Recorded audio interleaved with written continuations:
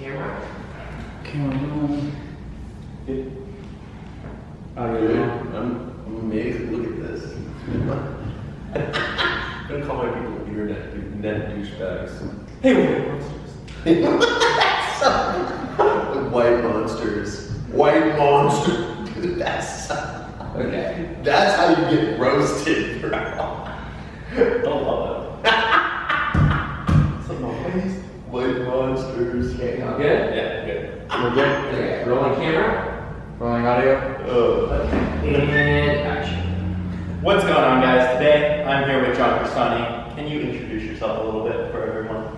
Sure. So I'm an affiliate marketer, a online education person, and yeah, basically just an internet entrepreneur.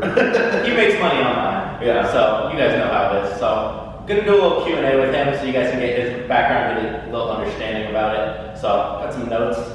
So can you give us kind of like a background of what you started in business-wise? Maybe were you working a 9 to 5, and then how'd you move over to entrepreneurship? Totally. So started off actually 2008. I was day trading. Opened up an E-Trade account. I got I had $5,000. I got graduating high school and just day traded it. Lost it. And then I started. I got all the test answers because I went through some courses at my school online, and I started selling them. And I had these study guides. Let's call them study guides, and I sold study guides, and I started making a lot of money at college. I was making like over $10,000 a month just selling these study guides for $400 a pop. Now we're calling them study guides. Okay. Well, okay, it's fine. No. So what I was doing was I was putting up flyers. So I had these study guides and I was putting up flyers. So first of all, I knew, because I had been through the classes before and I knew all the questions, I said, okay, look, I have something that's extremely valuable. Mm-hmm. Like, people want these study guides. Nothing illegal about it, by the way. It's just their questions and answers. And I said, this is extremely valuable, and I knew what I had was extremely valuable, and I said, I have to find a way to sell this. I was making $8 an hour at the movie. I was working at the movie theater, doing clipping tickets and selling popcorn. And I was working 14 hours a week. I made like $700 a month or something like that. And I said, okay, I want to sell these study guides. And the first thing that happened was, somebody actually, the way it all started was because I had the study guide and offered it to a friend, and he said, no, I'll pay you for it. I said, oh, it's fine. He's like, no, dude, like, here, just take, here's $100. Like, he checked if it worked, and he said, dude, this is perfect. And he gave me $100. I was like, people are just, why? He just gave me $100. Mm-hmm. And I was like, if somebody is willing to like force $100 upon me, I could do very well. Yeah. And so I knew I had to get these into the hands of people. I didn't know as enough people. I was friends with a lot of the international kids, like like Asian international kids, because they spoke Japanese. But so those people bought from me, but I wanted to reach more people. So what I started doing was I started putting up I don't know where a piece of paper is, but just an 8.5 by 11. I started pasting them around my college campus, and I had different headlines on them. I said, some of them were like, I have, I think my first one was like something like, I have the like quiz answers to some of the online classes. Not even joking. Then it was like, contact me, like, and I made a Gmail address, like csuntutor@gmail.com. Mm-hmm. And I said, contact me and we'll talk or something. And I didn't know, and nobody fucking contacted me. Nobody did. Nobody did. And I was like, why? But I said I have the answers to, all the questions to some of the courses, like, contact me for the list of courses. I was like, I have the answers. this. Like, why do people like contact me? But my conviction was like so strong. And what I started doing was I kept split testing headlines. And I split test headlines and I split test call to action. What I did was I ended up, here, let me just show you kind of. But basically, I ended up finding that I increased the response rate a lot. Instead of just listing out the email address at the bottom, I had these for people to tear. So that started getting people, take them more. Would you start with one ripped off? I'd actually start with 2 ripped off. Yeah, I started, because then it looked no social proof. Yeah. Right? And what I found was, then I started doing it where, instead of trying to sell, saying I have the answers to some of the courses, I would use specific courses. So I said, guaranteed, I still remember the headline that made me all my money. Guaranteed, this is what changed. So before, very few people would tear off any of them, but when I put up this headline, it wasn't like my response didn't go up like 10% or 20%, it went up 1,000%. Guaranteed B+ or better in FIN 303 OL or your money back. And this was a gateway course. Okay. And I murdered it. And I had my first $1,000 days selling study guides, and I said, okay, and I looked up the colleges that I started making good money, and I looked up the colleges that were also offering the same course, and I said, because what happened was I was printing up all the answers, but people didn't care about it, they just wanted the PDF file so they could Control F. Yeah. And I was like, do you want me to give you a discount? I was giving people discounts at first, but then I realized I don't need to give people discounts for not printing out the material. Because in my mind, you had to trade physical goods for money. That was I was just like, oh, there's no value exchange if you're just giving a PDF file, it's a copy and paste. But I realized there was actually, people didn't care about the physical thing, they just wanted the information. And then I said, I could do this online. And really the rest is history. That's crazy. So you're doing marketing before you really knew. And then I just took it to AdWords. Then all I did was I took it, I took a WordPress site, and I took it like a shopping cart, like PayPal, and then I just WordPress, PayPal, and then AdWords, and the rest is history. Do you want to go back to that same school and start going again? No, I know I always could. It's I don't think anybody's doing it. It's just, there's so many ways to make money. It's unbelievable. People just are lazy, I think. And not great. But okay, that leads me to what type of businesses have you started and what are you currently doing now? So that was your first entrepreneur venture. Yeah. So that was fun. And when you're 19 and you're doing $10,000 a month, and you have no obligations, it's all money on the table. It's a lot of fun. But you never go back to working again. So businesses I've done, eBay. I was selling stuff on eBay. I bought 99-cent classified ads, and I would find really niche info products and resell those. Okay. Because people care more about the information. So I found really niche products. Other businesses I started, so that was really early on. Other businesses I started, obviously, affiliate marketing. Agency. I was running my own agency where I was, charging people to manage their Facebook ads or their Google ads. So anywhere between, when I started, I was charging people $500 a month. When I ended doing that, I was charging people $10,000 a month. And it all depends on who you're talking to, right? If you're, when I was selling clients for $500 a month, I was like, how could anybody sell a client for $10,000 a month? But the thing is, you're just talking to the wrong people. If you're talking to a barber shop, yoga studio, a local yoga studio, yeah, you're never going to be able to. Well, am I going to pay you $10,000 if your ads are going to go make me $100,000 a month? Yes. But if I'm a small business and you might be able to make $1,000 extra, then you're going to pay them. Exactly. If you're a local yoga studio, you're not going to be able to afford, to pay my fees of $10,000 a month and all the ads, so it doesn't make sense. But if you're talking to people who run big businesses, it's totally different. But they hang out in different places. You're not going to meet them. You're not going to meet them On Facebook. Yeah.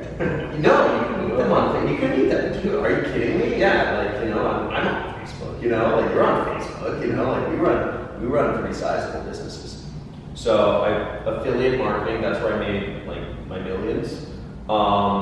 Then info product. Obviously, I'm doing online education, and right now I'm also doing a startup. So we're raising a software platform. So I have blockchain for education. So it's kind of we're doing that's For the future. Yeah, we can go into that later. Yeah, we will get into that. But, so what's making you most money? Affiliate marketing? Right now, what I'm doing is my online education. Just kind of, it's all kind of passive right now, but it's my online education and affiliate marketing. Yeah, so I'm solely focused on raising $4 million right now for building this education startup that I'm working on. So I'm focused on that, but I just have my stuff basically working a lot of time. Now, I have a question for you on this one. One thing my following always sees, I'm transparent with everything, is how much I make from courses, and you just said what makes you the most has been online education, or a lot of it. And a lot of people are then, why don't we make a course on making courses? Yeah. You have to have some skill that people want to know, especially if you're money making thing. You have to have done it. You can't just go do it for a week, make $1,000 and start a course. It doesn't work like that. You have to know how to build a following as well. So, no, going straight to courses isn't the answer. You have to learn skill, be able to teach and help other people as well. If you can't get other people results, it won't last. So, it's the whole thing with that. Sorry, I'm on tangent. Yeah. So, let's talk a little bit more on affiliate marketing. What has been what's your biggest commission and maybe biggest day with affiliate marketing? Okay. Biggest single commission. So the affiliate program I started out at this was in 2012. I started out on this gold investment affiliate program called Regal Assets. Now, at the time, my buddy Kelly Felix, if anybody knows Kelly Felix here, he had an IZOP program called The Rich Jerk and Bring the Fresh and stuff like that. But very successful dude, ran this gold company, was involved with this gold company. They offer 3% commission on sales. So 3% on total investment amount. And the way it worked is I put up squeeze pages. I get leads for their salespeople, name, phone number, email address. And if the lead closed, if the lead ended up moving their retirement, their 401k into gold, I got 3% of that.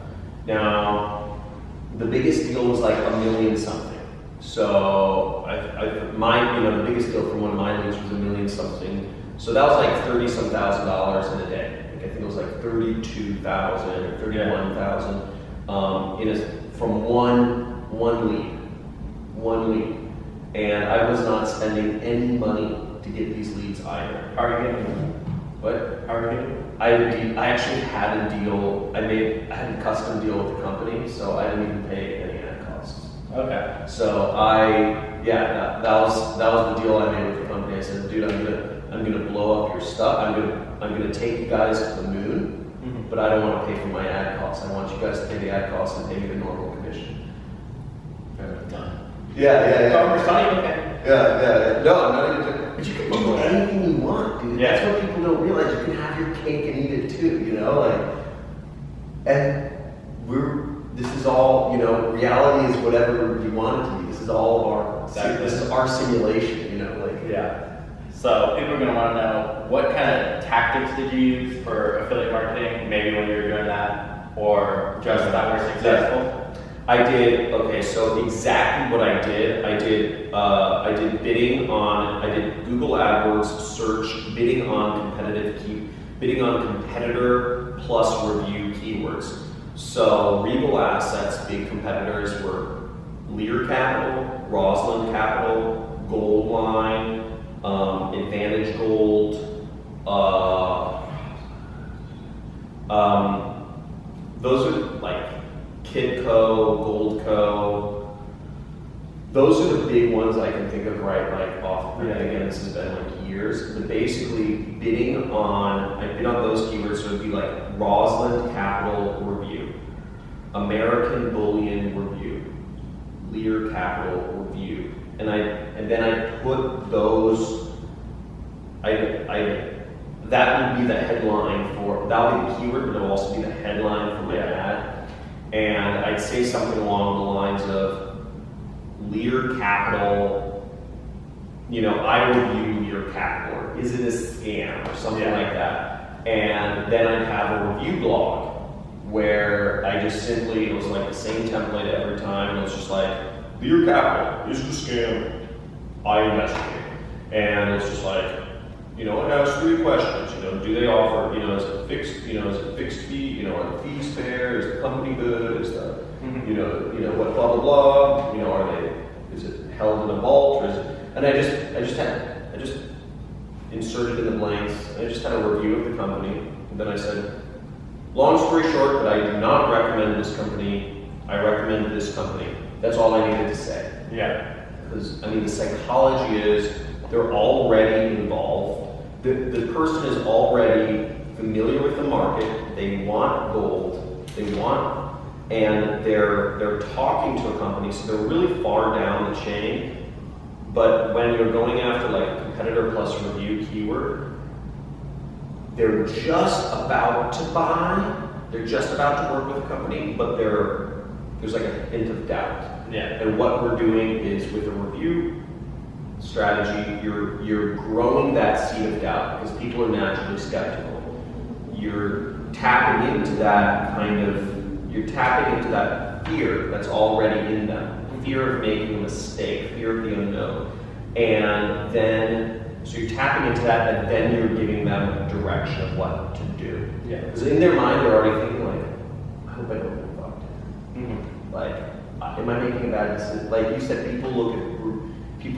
more people look up like reviews of you. They're like, is this guy legit? Or like, right? People are like, is this guy real? Like all his cars, right? And they do me because people are skeptical. Yeah. But you just give them direction. Yeah. Okay. And it works. It works like unbelievably so. Have you ever used SEO or free traffic other than just or mainly paid traffic?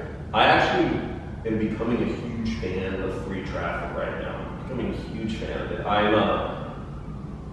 I'm working on growing my YouTube channel a lot. But by the way, guys, subscribe. His link will be the first one. But no, I love YouTube. Like I come from a paid traffic background, obviously. Yeah. Like I'm an AdWords guy, but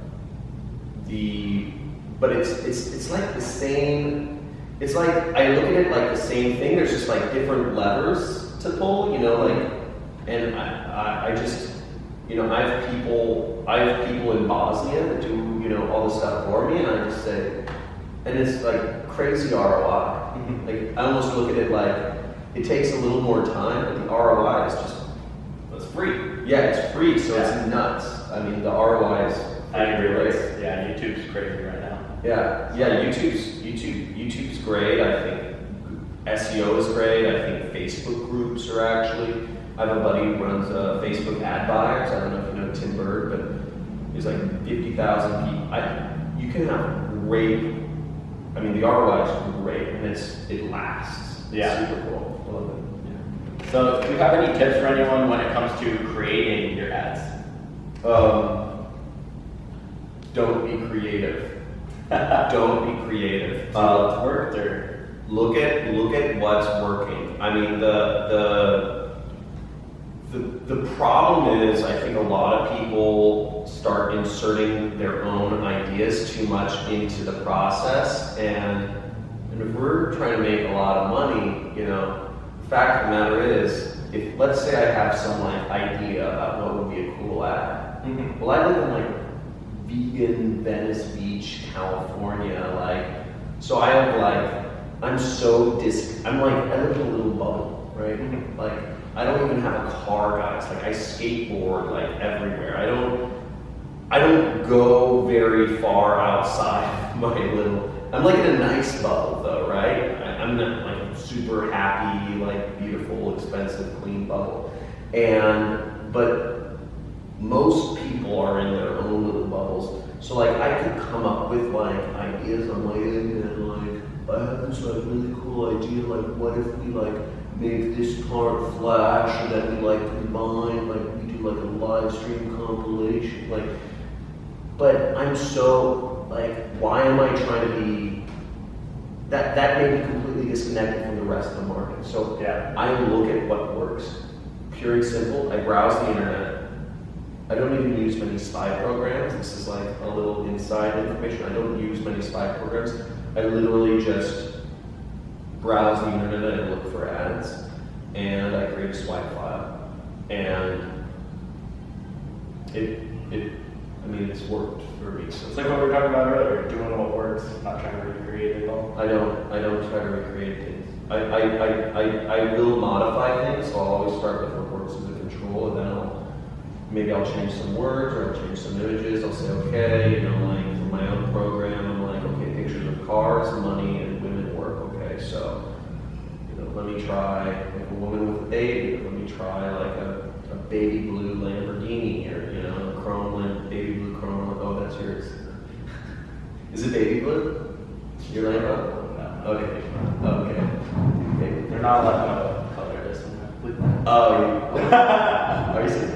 They don't know yet. Oh, they don't know yet? Oh, They don't know the blue. Oh, okay. Yeah, they might know. But, Okay. yeah, so do you have any general advice for anyone? It could be about affiliate marketing, and also, how can they find you? How can they learn more? Okay. General advice about affiliate marketing. I would say one, focus. Decide, like literally you can flip a coin, but either focus on a traffic source. So we're talking paid advertising. How many were your people? Like, brand new to affiliate marketing. Do they have any money, or are they looking at free stuff or paid stuff? Let's go with free stuff. Okay. It's a lot of So one, figure out if you're an introvert or an extrovert. Okay. Introvert, start a blog, Google. Okay. Extrovert, start a vlog, YouTube. Second thing, well, even before this, make sure you have time to commit. If you can't commit an hour a day, 30 minutes to an hour a day, then you're not committed. You're not ready yet. I just advise, figure out your life. If you want to make business a priority, you know, let's say you're sleeping 8 hours a day, you're working 10 hours a day, you have 6 hours. Wait until a point where you have 30 minutes to an hour in your boat each day. Stop watching Game of Thrones or whatever you do. So first get the time, introvert, expert, Google, YouTube.